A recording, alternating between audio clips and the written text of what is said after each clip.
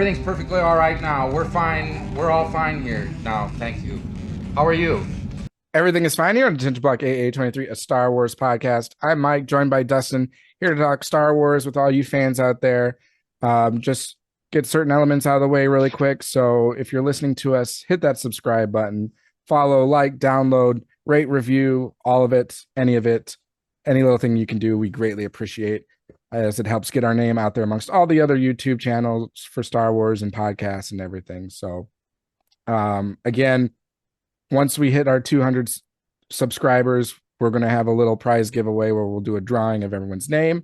So make sure you're a part of that so you get included within that drawing. And then as we hit that mark, we'll do another prize at another goal. And we'll continue on with that. So looking forward to growing the channel so that we can expand our community, expand the people we talk with. And on that note, the chat is up and running. So bring us your opinions.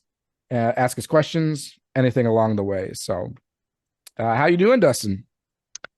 I'm doing good. I just read one of the newer, well, I say read, I audiobooked one of the newest main novels of the High Republic, so we can talk about that towards the end, have some thoughts on that.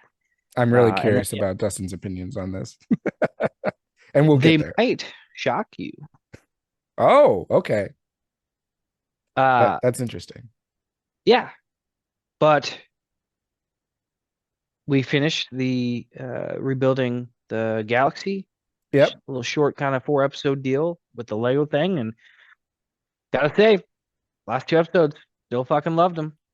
Absolutely great. I'm so glad Bennett stumbled upon it, or you stumbled upon it for Bennett, because didn't think we would be talking about the Lego Star Wars Rebuild the Galaxy show miniseries, which, in my opinion, they completely opened it up for a season 2. Oh God, yes, dude. 100%. I was tickled pink when they kept on going, and there was definitely signs that they're going to continue this. As soon as they let Dev go, or he was off on his own, I was like, oh yeah. And then the last scene, that was so good. Well, and I mean, I don't know if we need to put spoilers on this because it's been out for a while, and it's it's not like it's not really canon. It's not like Mandalorian. Yeah, it's not canon or anything. But I figured that they were going to leave it open once it was determined that they can't go back to Sig's original galaxy. So that just is to me, opening it up to being all right, we're going to bring in some more stories within this Lego universe. And I'm all for it. There's so many different places they could go, so many different things that they can do. And definitely, would you agree? Definitely a much, much darker tone the last 2 episodes. Oh, yeah. I didn't find myself laughing as much. I didn't find myself laughing as much as I found myself thinking, holy shit, this acting is really good. Yeah. Why couldn't they pull this off in the actual, canon stuff? They're too afraid to. I don't know. The stakes are too high for them to take those risks, I guess. Well, and it's not even a risk. It's not even a risk. But I'm not saying they have to go out on a limb with the storytelling of course, flipping the galaxy upside down like they do in this. Even though that would be fucking awesome. I'm just saying, I mean, it's so well written, it's so well acted. I mean, it feels like a Lego piece of content, which is a compliment because they've done such a good job with it. Yeah, just absolute 10 out of 10. Does Disney own all the Lego content? Well, I don't know. I don't think, maybe Fox owns them. I don't know who owns the Lego content. Obviously, there's a licensing fee that Lego probably gladly pay. Yeah. I mean, they have to. There's obviously a relationship because they have Lego Star Wars stuff and they've had it forever.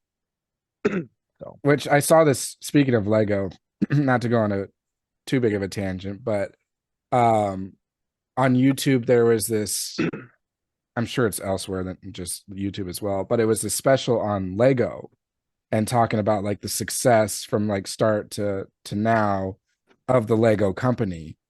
and how not too long ago it was like failing pretty bad, but licensing and more specifically Star Wars licensing of certain Lego product really helped bring it back to where it is now, because they're in a good spot again. But previously they just like concentrated on kids, and they were missing out that their bigger market was adults, and especially people that are into nostalgic about. Yeah, yep. And not only that, but like big fans of like Star Wars or big fans of other large franchises that collectors go in on. So Star Wars really helped the Lego product stay alive. And I mean, you just walk through a Target and the biggest things that you see in Lego are mostly like the Star Wars, Harry Potter, those franchises and other license franchises. So I mean, Lego cool. is such a timeless toy too, as far as like, I mean, you mentioned like it's great for kids, but it's also great for adults. Yeah. And it's great for adults with their kids. Yeah. Like I know, so Frank, who we've kind of talked about on this podcast before, try to get him on, the guy who went on the Galactic Star Cruiser. Like one of the things that he bonds with this kid is putting together these giant pieces of Lego. Like he put together the I forget the name of the actual ship, but Darth Vader's Imperial cruiser. The big was one. that the Devastator? I can't remember. I don't remember. I thought the Devastator might have been in Last Jedi, wasn't it? The big that might have been monstrosity. Anyway, but it's a great toy. Yeah. And then that they've turned it into movies and done so well. Like I love like the animation of them, like pew blowing stuff up, and it's like the bricks like flying apart, and just how creative they were with the storytelling, and like literally involving like what you do with Legos, yeah, how that's you play what I was with going to Legos say. into like the storytelling, like the breakers and the builders. It's really intelligent, and if they could only find that more in the Star Wars universe, we would be talking about a franchise that's potentially at the peak. Yeah, they bring to life what you visualize as you're building and playing with toys, essentially. And talking about the market being for adults, at least more recently, like when Lego started to struggle, it coincided with the ramp up of like video games and everything. So kids were starting to concentrate more of their playing attention towards video games, which pulled away from things like toys, like Legos. But collectors and adults were the ones that really wanted to keep going with it. So, but going back to the Lego Rebuild Your Galaxy show that we just watched, you were making the comment about it being like much darker these last two episodes, and I was even thinking that with specifically the fourth episode, when they had when Dev was using like the cornerstone power to like destroy like the fleet and everything. Yeah. They were like showing all of these characters just like exploding and dying, and I'm like thinking in my head, our kids are going to be watching this, so I wonder if, I mean, again, it's toys, so I think kids can be okay with that. But yeah, it made it feel a lot darker, which was pretty cool. And love that we get the Jedi side of it in episode 3, so you get to be introduced to the Jedi, which are a good Darth Vader. You've got Palpatine, a pussy Palpatine. Pussy Palpatine. Seriously, he was pretty funny. Yeah, like I don't want to fight.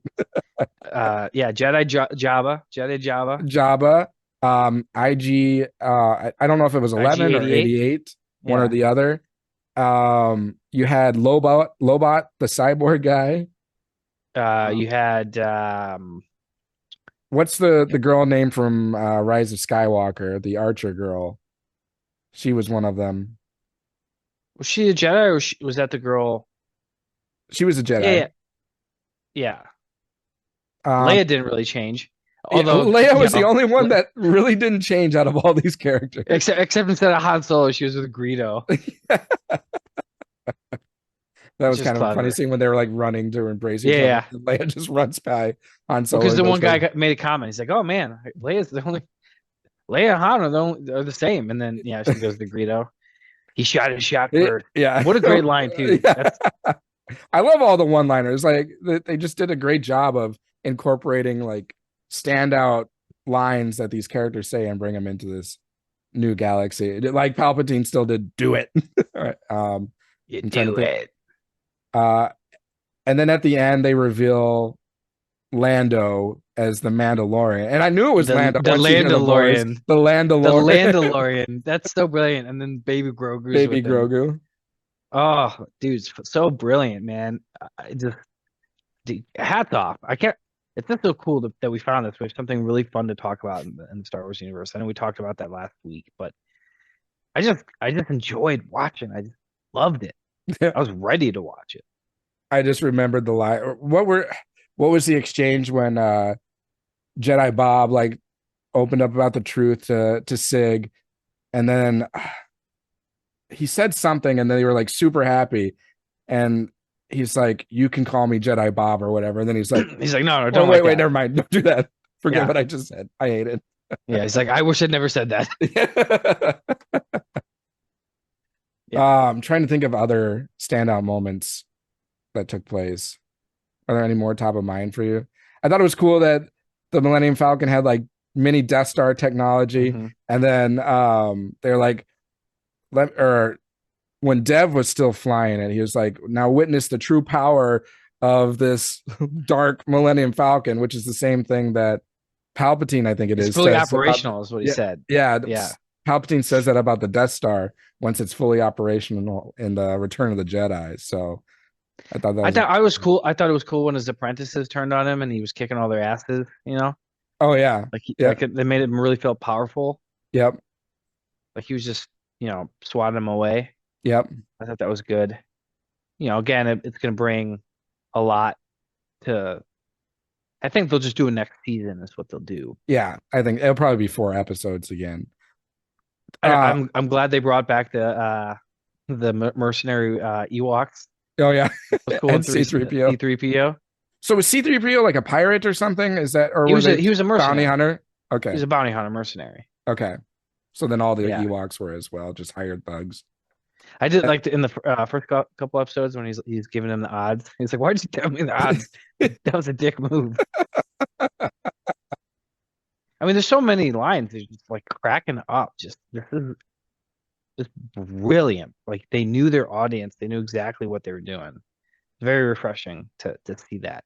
When they were like, "Oh, where's Luke or where's Leia?" And they're like, "Oh, they're having a family. They're having a moment because we just let them know that they're like essentially all related." Another thing they did really well is when they're like, when Dev was talking about the mole that he had within the rebellion. Yeah. I was trying to figure out who the mole was. I was too shocked that it was Han. I didn't necessarily think that. I actually thought it might be Leia, right? Like, okay. I thought that was really well done. Yep. Again, who were those? I just love were the prisoners still like Jedi, or were they just like? Yeah, they were all. Remember, they were like no, they were rebellion. They were just rebels. Jedi. They were rebellion. Okay. Because remember the one chick? She's like, I accidentally gave away their entire location. But yeah, so you have Grievous, who he was great. He's like, I can't even describe to you how pissed I am. Ask me how pissed I am. That was really good. You had Yoda. You had Mace Windu. Yep. There was a few others. Yeah, I'm just trying to think of like bad guys who would be because they had Kit Fisto as a bad guy. Yep. Yeah, it was a Sith. Who was the other lady that was? So you had Rey was kind of like the main. Oh, Rose. Okay, that was Rose. Yeah. Okay. Yeah. I thought. Yeah, I didn't pick up on that. I was also Maul. Maul was great. Who was Darth Tiku? Was that Rose? Yeah, Tico, because it's Rose Tico. That's her name. Oh, okay. I guess I never knew her last name. And she's wearing that. She's wearing the necklace with the like emblem that her sister had in the Last Jedi, if you remember. No, don't remember that. I find it funny they're like the rebel base or like the Jedi base was like a little crawler attached to Oh yeah. AT-AT leg. And they flew and they're like, is this it? And then it was sabotaged, so it didn't even get to take off. Han Solo didn't. That I thought scoundrel. Luke was gonna get crushed by Jabba when like it got sabotaged and it leaned back and Jabba like fell on him. Oh yeah. And Luke did end up using his money that he won on pod racing to hire all those thugs for the pirates or bounty hunters or whatnot. Oh, it was so great. Yeah, I'm looking forward to when they do some more here, and I don't know. And I thought it was neat too that Sig kind of documented like the old galaxy. So it's kind of like referencing like the movies and everything. Like that's kind of the reference, the documents of that galaxy. So I thought that was pretty clever. I love how, they put the piece back in and then like you'll never find it again. I'm like, doesn't the whole rebellion know where it is? Like I feel like you could find it again pretty easily. Someone will. I mean, they found Jedi Bob's, so someone's going to find theirs and probably just continue to happen again and again and again. I am glad that they repaired his little droid though, because like that was like his last connection. Yeah, his Australian accent. Was it Boxy? Is that they called him Boxy or something? Oh, I forget. But that was devastating when Dev essentially just tore him apart. But it's a droid. Like that, you knew it was going to be. I mean, that's the thing that they do really well though. In the like, it's a kid. It's obviously meant for kids, but the stakes are that we're like kind of bummed out. Yeah. Just wonderful. And then the scene with Dev and Sig, I mean all those scenes were good. And I thought it was cool when he had like the little shepherd staff and he redirected the lightning. Yep. That was because he learned that from the first episode from being at his home planet. Because of the ion storms. So is there not a Sig in that galaxy then? Like how does that work? Dude, don't ask me about multiverses and how all that shit works because I have no clue. Because like they were saying that essentially Dev isn't his brother. Like Sig feels elements of his brother in there, but they're still not truly brothers. So it just made me wonder if there is like a Sig in their universe, but maybe that's for the next season. He encounters himself and he's like, maybe he's a big douchebag or something like that. Who knows? Yeah. So, but yeah, all right. So good. I'm so glad to have found the show. It makes me want to go back and watch other Lego things. Go watch the other Lego. The Lego Holiday Special. The Terrifying Tales was pretty good. There's some good parts in that. And then I've seen the holiday one. I haven't seen the vacation one. I want to see that because I've seen clips of. I think I mentioned last time that the Emperor is like on a beach with Darth Vader, and we're talking about sand because it's Anakin Skywalker. So you'll have to check that out. All right. Well, do we want to move on to Temptations of the Force? Yes. I'd love to talk about it. Okay, let's just get it right out of the way.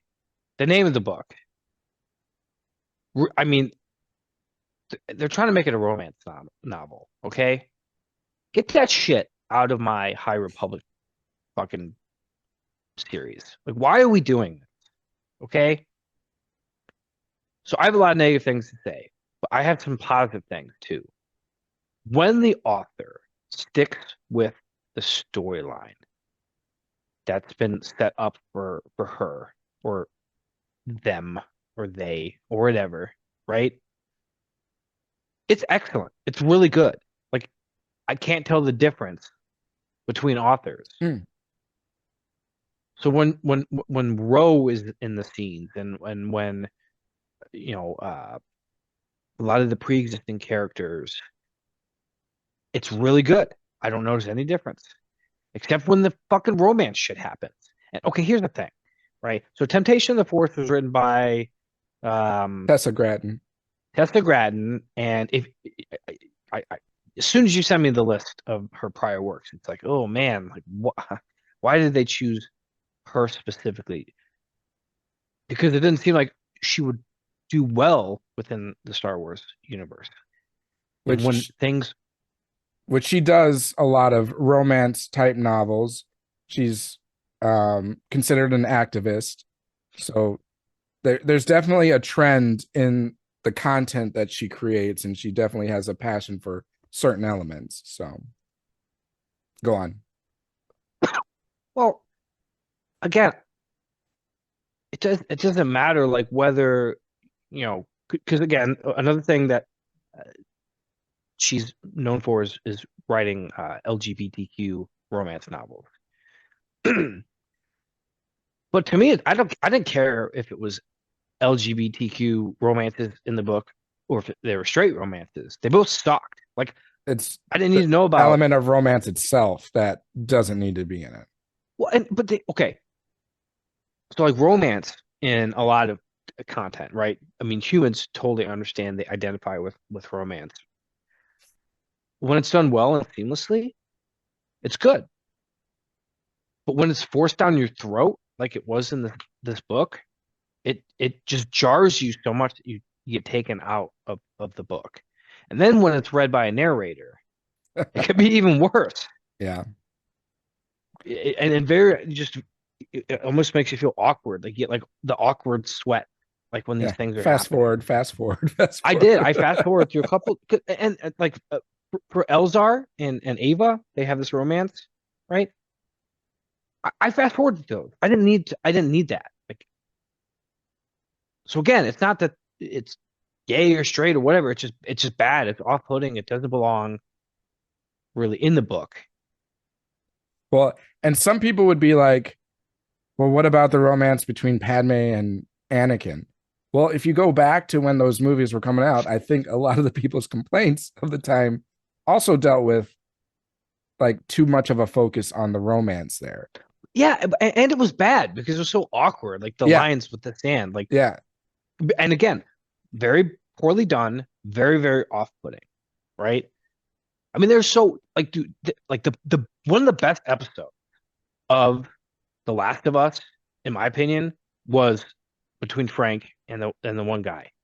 That was a very compelling episode. I didn't care if there were two men. Right. There was a woman and a man, two women. The way they did that was extremely well done. And at the end of the episode, it had a really big emotional punch because it was done well. I will say one thing to that. Well. I will say one thing to that specific example. I agree with everything you said. Like, fantastic episode. They did it. They did the romance very well. My only issue is I played the video game first, and that is not how the video game went. So it was, it took me away from the story. Oh yeah, they hated each other. They hated each other. Yeah, and one was dead the whole time. Committed suicide, I think it was, and the body was like still in the room with like the note on it and everything, and he had lived that way for like years. But in this story that they created for the show, yeah, that episode was done very well. Like, if that was just its own thing, like if they just expanded that out to a 2-hour long movie, they probably would have won awards. I would. Yeah, it was great. I liked it. It didn't make me uncomfortable at all. The actors did a great job. Well, but like in the book, she makes such a point to shove it in your face that I just didn't like it. It didn't need to be in the books at all.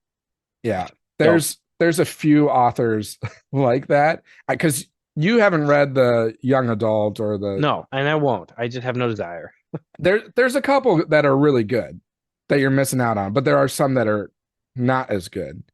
And no offense to any of these writers, like, they're probably good in their niche area, but like in terms of Star Wars, just does not fit. Tessa Gratton was one of them, and then Ireland, I think. Just same thing. They're just trying to force things down your throat a little bit, and it really takes you out of the story at least for me. Well, another thing too. So, okay, so Vanessa Rowe is in the Acolyte. Mhm. How the fuck did none of the things in these books ever get mentioned in the Acolyte? Because these are horrific, horrific things that happen within these High Republic books. So, I mean, it's just now it makes Acolyte worse because I mean she's front and center in this book, and she has been front and center in this. It's not really a Era. trilogy; it's era. Like, okay, so they retcon or they like make an excuse that like Yoda, basically. And again, there's like a whole scene on like how hard it is to get rid of. It happens in in the Clone Wars movie, right? When they're finding out about Sifo Dyas and like how hard it is to like take things out of the Jedi record. Yeah. Yep. And somehow Yoda does it, right? Yep. About the nameless. Yep. Okay, but there's still the Drengir. They didn't like remove that. That's never discussed. I mean, like the Drengir fucked up the Jedi, man. They were like a dark side presence. Yep. There's just all these things that happen like under the Jedi's nose. I'm just like, how can the Jedi be this dumb? So here's another thing. I was just going to say that's why you have to read Into the Dark. It's a YA book, but it's about the Drengar, and it's pretty dark. And I think you would actually like that one. Okay, so it's my understanding that the nameless don't really affect non-Force users, right? That's my understanding. Why the fuck wouldn't the Jedi bring non-Force users with them? Because they would just shoot them. Oh, there's nameless. Oh, they're dead. Because like you have to be like right next to the nameless for them to like at the end of the book, Mach and Ro like he's like invited to Coruscant or he invites himself to Coruscant. Oh, sweet. And it's a really compelling scene and it leaves a huge cliffhanger, which I really enjoyed. I thought it did a very, very good job. And again, all the scenes that were like part of the storytelling that was already happening, those were excellent.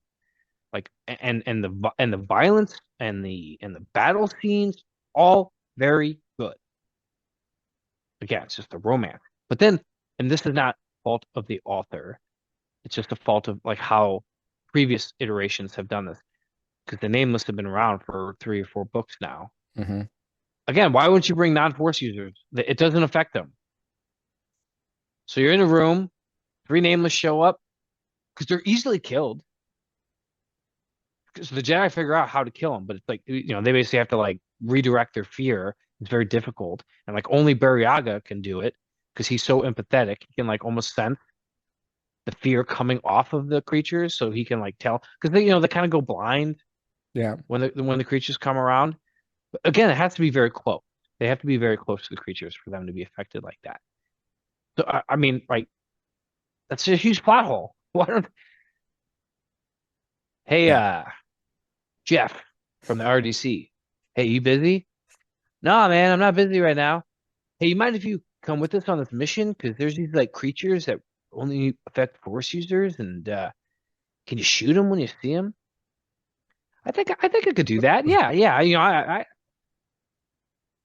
maybe can I get a little overtime? Oh yeah, sure, yeah. It's just kind of dumb. Like it's an easy solution, and just kind of frustrating that like they're always 10 steps behind Maki and Ro, and they do a great job of kind of showing like what a tactician he is. I mean, he is like a darker version of Thrawn. Okay. Right? Like Thrawn has his motivations that seem to be grounded.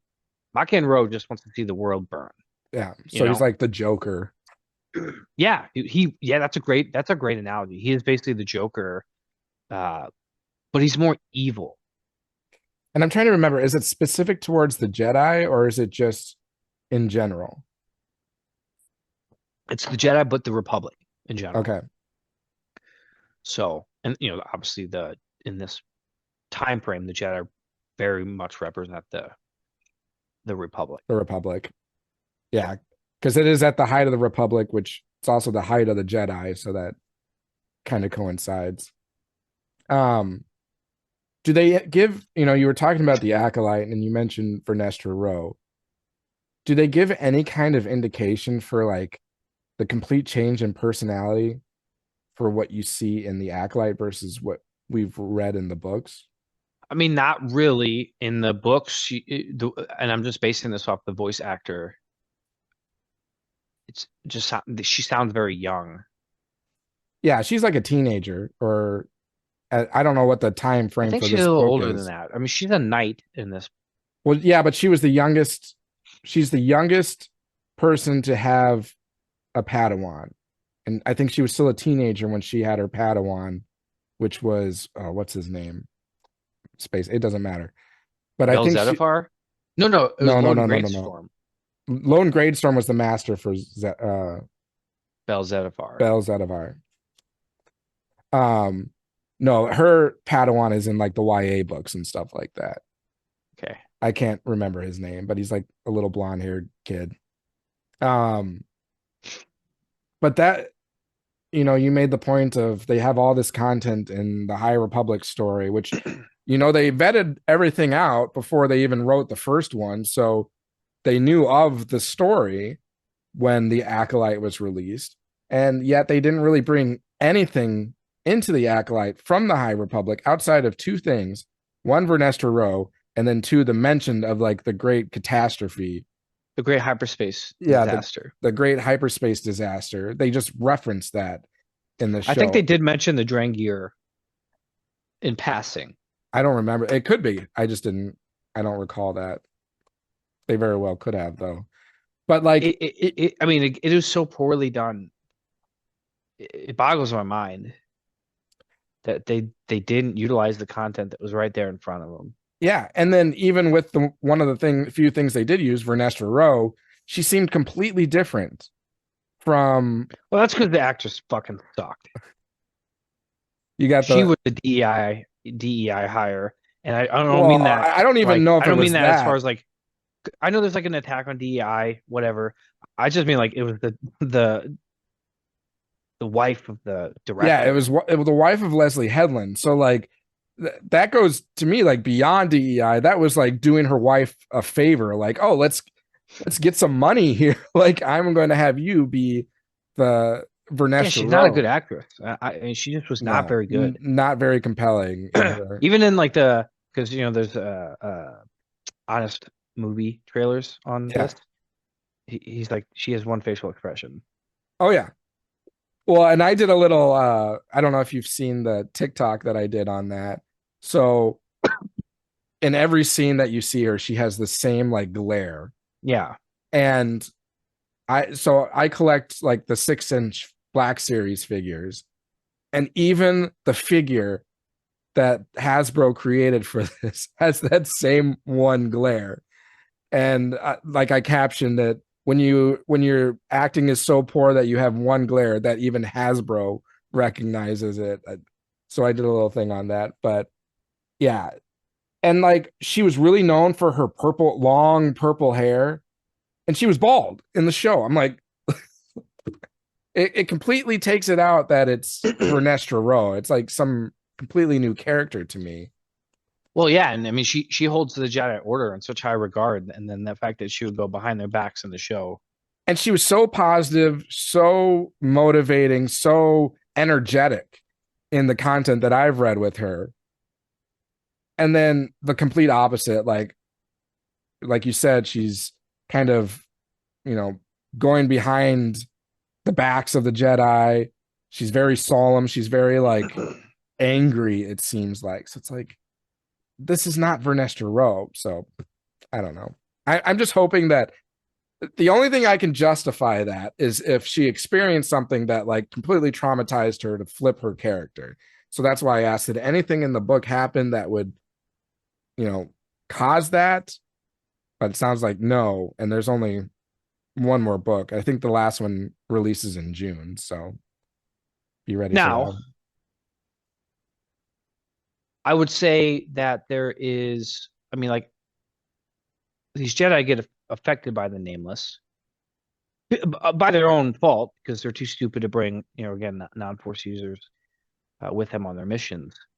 But they do. That's the thing. They do. The RDT is with them in a lot of these missions. They're just not on the ground, on the boots on the ground with them. They're usually in like it's just, if anyone's listening and read the book, can someone explain that to me? Why they wouldn't use non-Force users to combat the Nameless, who don't affect non-Force users? So, yeah, I'd be interested in hearing that too. Maybe it's just plot armor for the Nameless. So I bet I'll give the book at the end of the day a 4 or 5 out of 10. Like, it's average. Was it better than Phase 2? Yeah. Phase 2 is a clusterfuck. Although they use the great grandmother Makian Ro. She's like a ghost that follows him around. Yeah, like, taunts him in this book. Okay, and that's done really well. I like that. I like that they put a lot of focus on Bariaga. Okay. The Wookiee Jedi. And Bel Zettifar. Oh, I like those. I like both of those characters. They're in the Adventures of the Jedi show that my kid watches. Oh, yeah, Young Jedi Academy or whatever. So yeah, it must be in the High Republic, because that's High Republic era. That's High Republic era. Yeah, and the only reason I knew that was because Ember. I saw Ember. I'm like, and they said Ember, and I was like, oh, I recognize that. That's the Charhound that Bell has with him. I hope the Black Series creates some of these characters for their figures, because I would love to get my hands on at least more so than the Acolyte ones. Because some of the characters are very like Maki. You're a big supporter, big fan of Maki and Ro. I think Elzar Mann is great. God, that makes me seem like a psychopath, but yeah, no, he's just a really good villain. It's been established that you're a villain. You love good villains, so it's understandable why Maki and Ro would. See, here's the thing: I don't love them. I love to watch them get killed at the end of movies, and the worse they are, the more satisfaction you get from them getting murdered. Well, I just think that, in your defense, I think bad guys have a tendency to have more captivating stories. You know, there's a lot more that takes place. They're deeper stories. Like, look at the sequel trilogy. Who's the most captivating character in those 3 movies? Kylo Ren. Yeah, because he has the most fascinating story. It could have been Snoke, but they fucking wasted his character. But then, look at the original trilogy. The most captivating character is probably Darth Vader. And the Emperor. And then you go to the prequel trilogy. I mean, I know he was only around for 1 movie, but Maul was one of the most captivating. And then Dooku kind of became a captivating character at the same time that Anakin, because Anakin was starting to turn. So, the dark or the bad guys just tend to have a better story because there's more substance to it, in my opinion. So I get why you gravitate towards the villains. Makes sense. I do. In the novels, they use the Force. They use the Force in not quotes. Not the thread. So fucking much. Yeah. The power of money. Cancellation. But they just use the term the Force so much. The Force this, the Force goes me through here. Blah, blah, blah, blah, blah. Like, okay, dude, we get it. Star Wars. You use the Force. Yeah. I don't need you to explain that every fucking 10 seconds. Another thing is, they'll use again, this is like the slap in the face to me. Instead of using the character's name, they'll say this is the husband, this is the wife. Why do you got to do that? That's not how it's introduced. So do they get married in the book? Who? Or wait, what are you talking about when you say the husband and the... I meant, if it's a gay couple, they'll, instead of saying this is Bob, this is Jim, this is husband.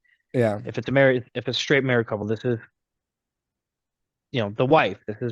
Gotcha. That's not how it's typically introduced, Yeah. Yeah.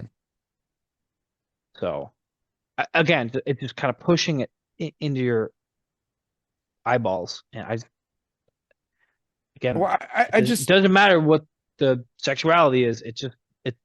It's weird. I don't It's think forced. I don't think you need to force any kind of romance in like a Star Wars show. I mean, that's not to say you can't have romances. I mean, Well, okay, in the original trilogy, Han and Leia, I was just gonna say, that's really the right way. yeah, I yep, love you. I know. I know. Like, it was so good. And it's just it's not done the right way in the books. They almost like retcon their own philosophies. I swear to God, because I mean Yoda's in the book, right? And so Yep. Eldar Man's like going to Yoda asking for advice because he's feeling love towards Avar. And then like Yoda just says, "Oh yeah, that's cool. No big deal." What? Yeah, love doesn't necessarily lead to attachments. What? What are you talking? I swear to God, dude. Oh my I mean, so this is God. the theme of the book, right? And I hate this theme.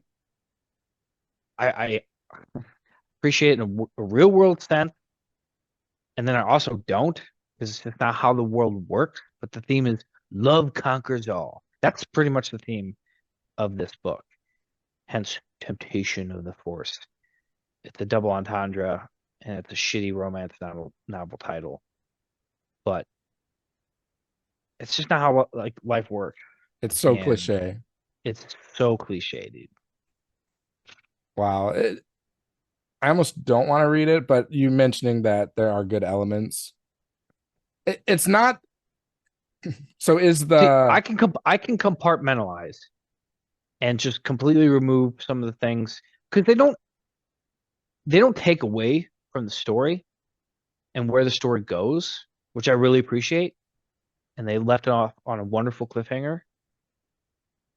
So I can compartmentalize those parts that I don't like and just say, okay, I don't like this, but whatever, we'll trot on.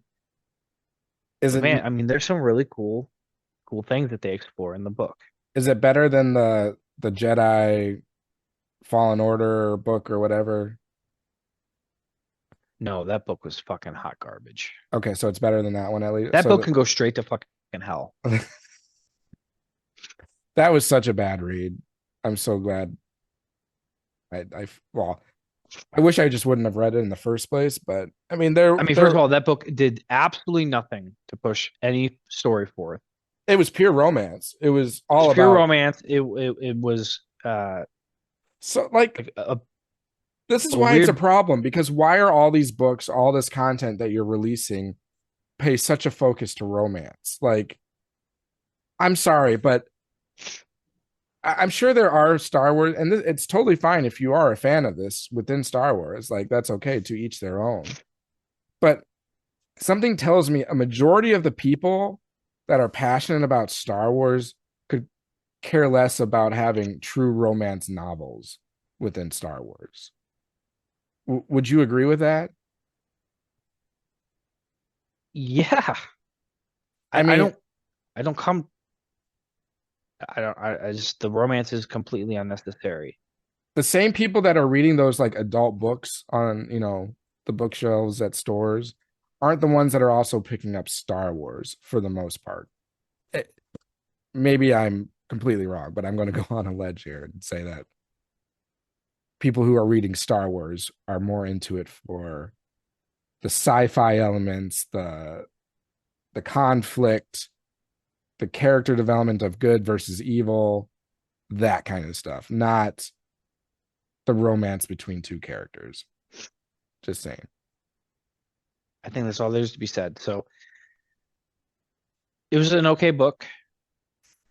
When it told the story it needed to tell, I thought it was excellent. When it went to the romance parts, I thought it was horseshit.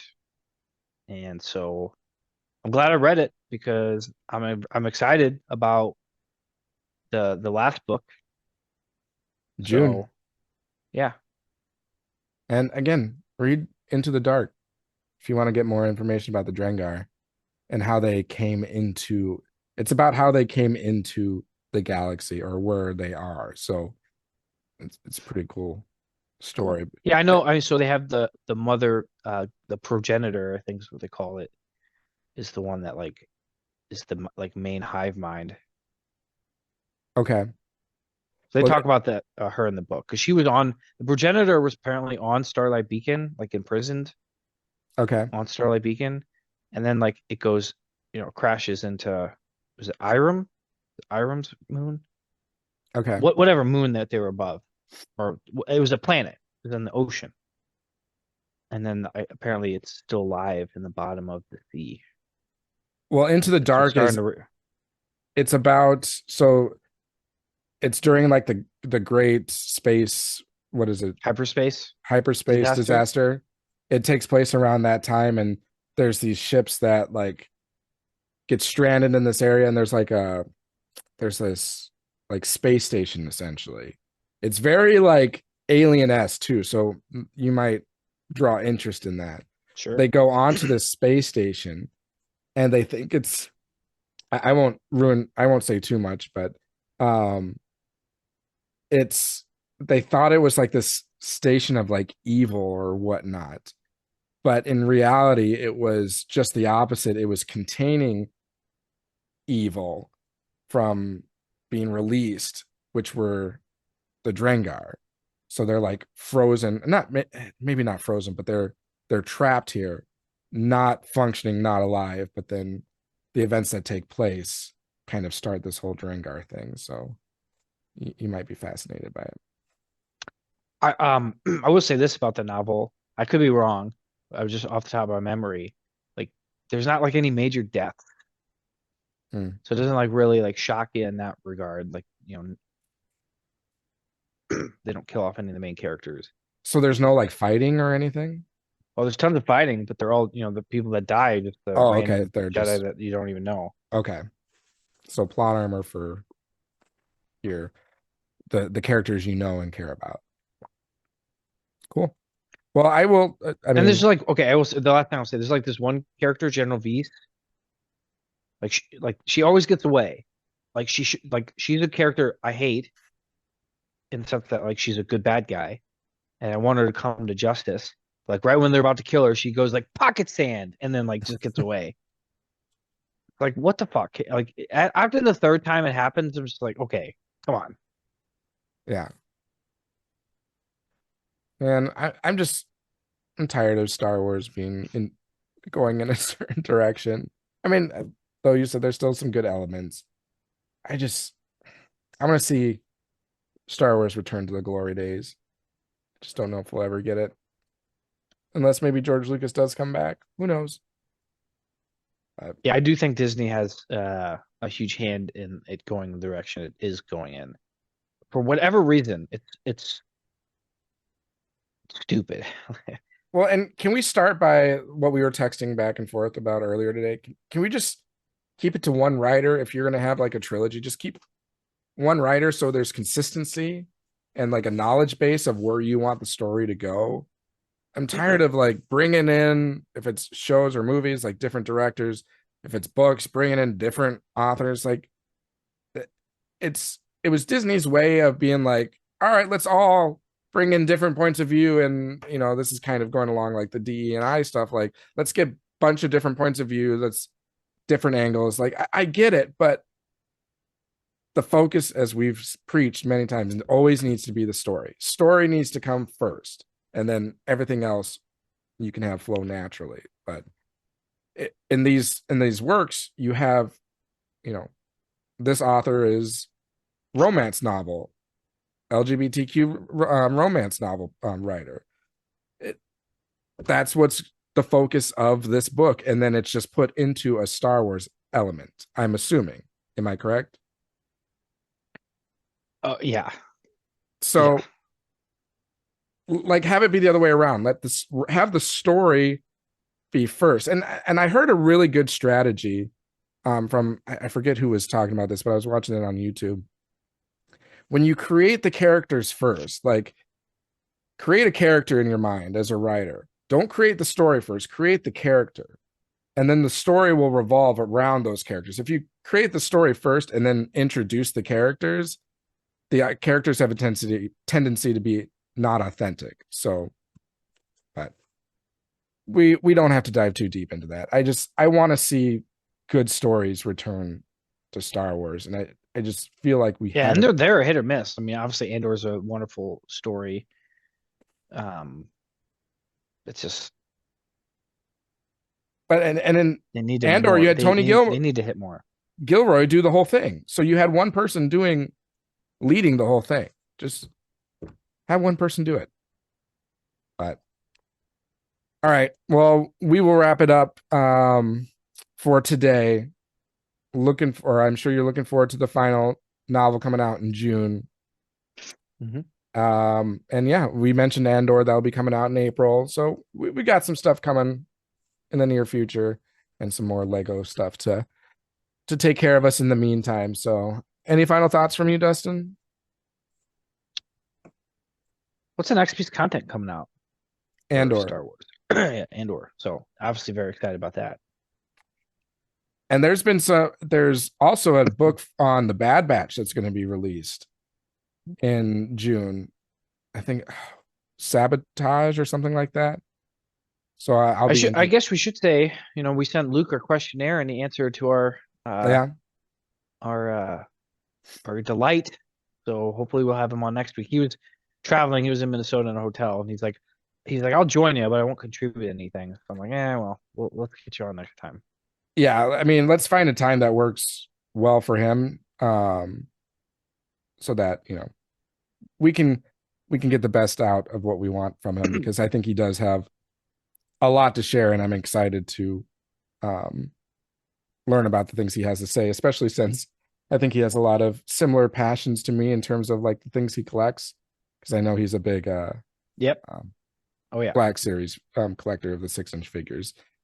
And the only other thing I will mention, I'll give a shout out to a YouTube channel called Skywalker Stories. If you haven't heard of it, it's really interesting. It uses AI and goes into a lot of elements of like the characters that we love. Like there's a lot on Darth Vader, there's a lot on Emperor and Luke and stuff like that. And it dives into a lot of the things that we don't get in the movies, but are like pretty awesome. So just go watch a few of the YouTube clips. They're like 5 minutes long. They're really short, and they're just different interactions of certain characters. And the voices sound spot on. The AI is a little fidgety because it's just kind of like a recycled image that has a little bit of motion to it. Yeah. But the dialogue is what makes it really worth it. So if you haven't checked it out, Dustin, give it a listen. Sure. Skywalker series. So it's called Skywalker Stories. Okay. So listeners out there, give it a check out. It's pretty cool. So I will speaking of channels, I will speak to our social media handles. You can find us on Twitter at DetBlockAA23pod, on Instagram, detention_block_AA_23, our Facebook group and YouTube channel, Detention Block AA23, a Star Wars podcast. And then you can find us on TikTok at DetBlockAA23. Again, hit that subscribe button, give us your follows, likes, downloads, ratings, reviews, all the above. We greatly appreciate any little thing that you can do to help us out, and look forward to next week, hopefully having Luke on, and we'll dive into some awesome discussion around his passion and what brought him to the Star Wars fanship. So, and what a name, Luke. I'm sure he's gotten that once or twice in his life. So looking forward to having him on. Well, with that, have a great rest of your day. Have a great rest of your week. And we look forward to talking to everyone again next week. And as always, may the Force be with you. Ow! A little better. At least I knew it was coming this time. Last time I was like, oh, he's going to say it, so I'm going to stop. But all right. Well, we'll talk to all you guys later. Bye. Thanks for calling. This is Han Solo, and I'm going to be keeping you company for the next few hours right here on the Midnight Shift. Something's